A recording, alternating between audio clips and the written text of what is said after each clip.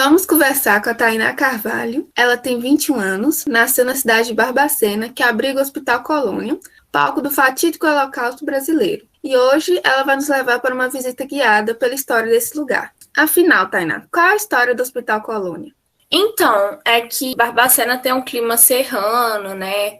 Com isso, no final do século XIX, a elite do Rio de Janeiro e do Sudeste todo viu aqui um lugar ideal para tratar de doenças respiratórias, né? Como a tuberculose, que era quase uma epidemia na época. Então, também devido a esse ambiente interiorano, bem calminho assim, aqui era ideal também para tratar as doenças psiquiátricas. Então, para isso, foi inaugurado o sanatório com muito requinte, muita elegância. E esse sanatório ele servia como um spa para tratar essa elite que vinha para cá. Então, quando esse sanatório ele vem à falência, em 1903, o governo do estado de Minas compra e transforma as dependências do antigo sanatório no primeiro hospital psiquiátrico de Minas Gerais, chamado Assistência aos Alienados do Estado de Minas Gerais. Nos primeiros 30 anos, o hospital funcionou direito como uma instituição respeitável, cumpria com o tratamento de forma efetiva, né, dentro do que estava proposto, né, pensado para a época. Em meados de 1930 para frente, esse hospital passou a ser visto como um asilo de pessoas marginalizadas, né? Nem todo mundo que era encaminhado necessitava do tratamento psiquiátrico. Então, com marginalizados, o que eu quero dizer? São alcoólatras que ficavam perambulando pelas ruas, mendigos, esposas que os maridos mandavam quando queriam assumir outra mulher, mulheres à frente do seu tempo, deficiente físico, e até pessoas com transtornos leves e pesados também. Ou seja, quem incomodava, quem não se encaixava era mandado para esse depósito, né, com a promessa de tratamento. Com esse aumento de pacientes no hospital, né, a instituição começa a sofrer com a superlotação. Os leitos, a comida, as roupas, era tudo insuficiente, não dava. Não tinha recurso financeiro, não tinha recurso material. E também a demanda de pessoal fez com que fossem contratados funcionários que não tinham o mínimo de preparo e formação para lidar com o paciente. Então, assim, esses funcionários, eles não eram especializados. Também tem um outro ponto, né, que arremata todo esse desmazelo, é o contexto da medicina psiquiátrica da época, que utilizava o eletrochoque e a lobotomia, né, que é a retirada de partes do cérebro, e, assim, utilizava isso como tratamento. Mas é importante a gente ressaltar que esse é um contexto da psiquiatria da época no mundo todo. Então, todo mundo era submetido a esse tratamento independente do lugar, né? Não era uma cultura médica local. A gente vê, assim, que no Hospital Colônia, o eletrochoque, por exemplo, ele não era utilizado só como parte do tratamento médico, mas ele também era utilizado como punição para os pacientes que incomodavam os funcionários, né? Esses pacientes que estavam incomodando, eles eram punidos, né? Então aí você já percebe um punitivismo, né, que aproxima o hospital mais de um ambiente carcerário do que um ambiente hospitalar. O processo foi seguindo dessa forma degradante por 50 anos mais. Tem fotos de paciente pelado no pátio, pleno inverno, e assim, o inverno de Barbacena chega a 3 graus, é um inverno muito, muito, muito rigoroso. O cotidiano dessas pessoas era basicamente dormir, com o rato passando, paciente caminhando entre as próprias fezes, casos de internos que morreram de frio, de fome, de disenteria. Era um ambiente insalubre. E com a dificuldade de manter os pacientes nessa condição, a vida de 60 mil pessoas foi ceifada nesse lugar. E, assim, a gente pensa isso em uma cidade que hoje tem 150 mil habitantes. Então, assim, você imagina perder 60 mil pessoas em um único hospital durante 50 anos. Não faz sentido. E era tanta morte que o cemitério onde eram enterrados os cadáveres teve que ser desativado porque o solo não comportava mais corpos. O cheiro era insuportável, a vizinhança reclamava. Mas as atrocidades, elas não paravam por aí. Como as famílias colocavam as pessoas lá, nunca mais visitavam. E assim, às vezes tem casos de pessoas que até mudaram de casa para não ter que receber notícia nenhuma. E aí, quando havia morte desses pacientes, a família não buscava o corpo. E isso deixou brecha para a venda de cadáveres para as faculdades de medicina. E nisso, cerca de 1.850 pessoas foram vendidas para estudo dessas faculdades sem autorização de ninguém. Ou seja, essas pessoas elas não foram humanizadas nem pós-morte, né? Elas foram negligenciadas por diversos pilares, pela medicina, pela família e por toda a sociedade. E só em 1979, um grupo de psiquiatras e os profissionais da saúde, a mídia também, se uniram para denunciar o que estava acontecendo no hospital. E essas revelações, elas foram tipo um soco no estômago das pessoas, né? As autoridades foram pressionadas a reverter esse estado caótico, configurar um novo projeto de atendimento do hospital, dessa vez visando a humanização, a reintegração, a cidadania, a sociedade. E aí vem sendo dada uma assistência digna no tratamento dessas pessoas, né, com transtornos psiquiátricos.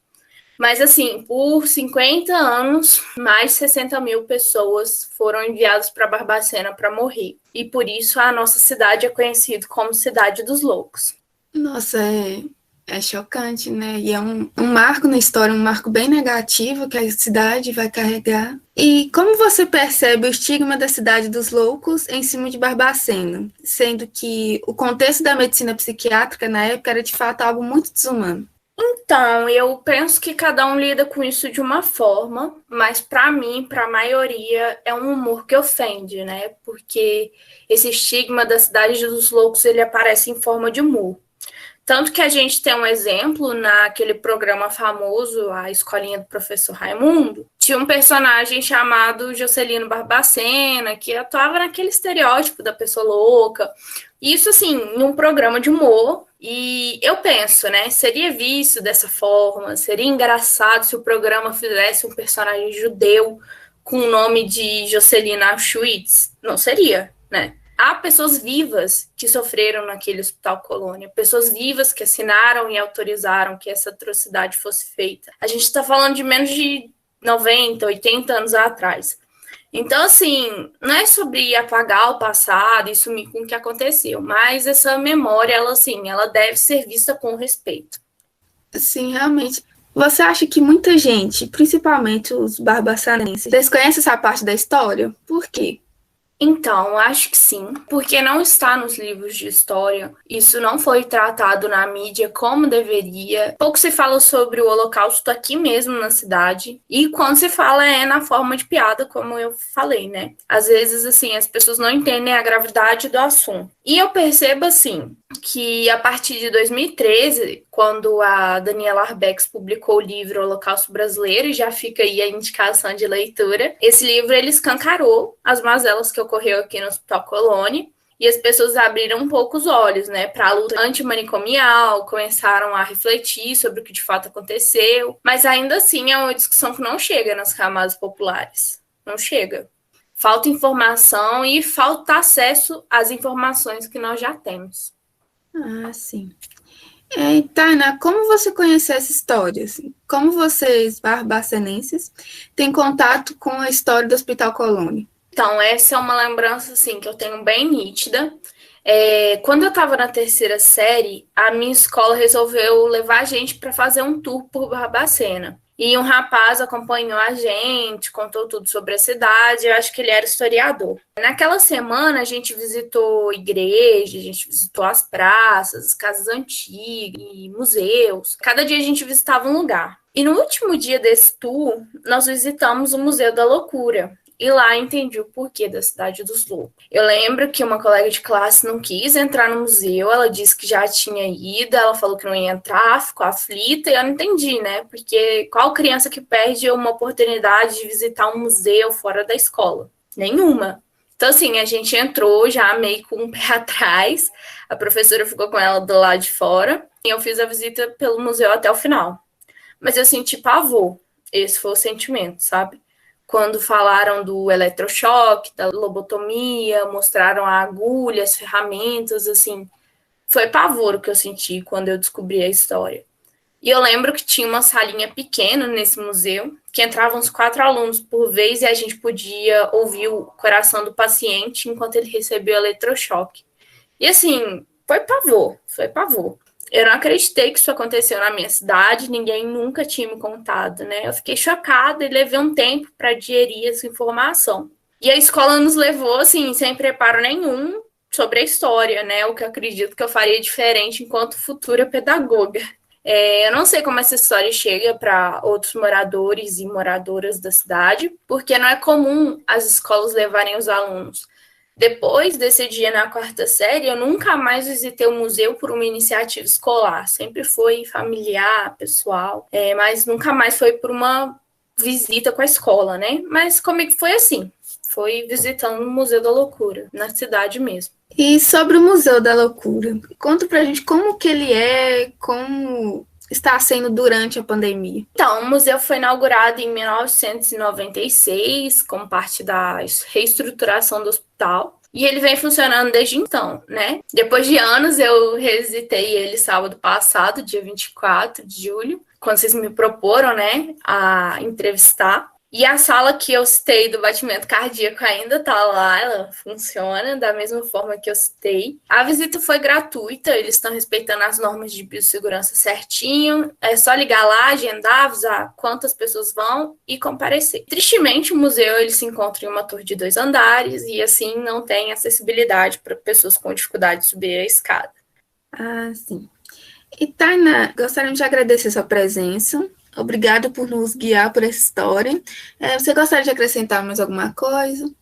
Obrigada a vocês pelo convite. Eu queria indicar o livro do Holocausto Brasileiro, da Daniela Arbex, né, e o filme documentário Em Nome da Razão, do Elvis Raton. Essas duas obras, elas ilustram muito bem como as coisas aconteceram por aqui. E, por fim, queria dizer que é importante, né, a gente pensar que para entender o passado, a pesquisa é importante, os museus são importantes, os documentos são importantes, mas a fala e a escuta é o modo mais antigo de propagar a história, né? Então, muito obrigada.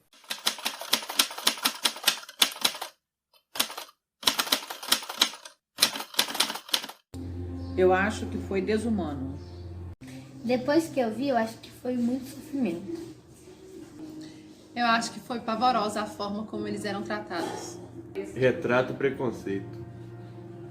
Higienismo social, preconceito. Quebrou o copo.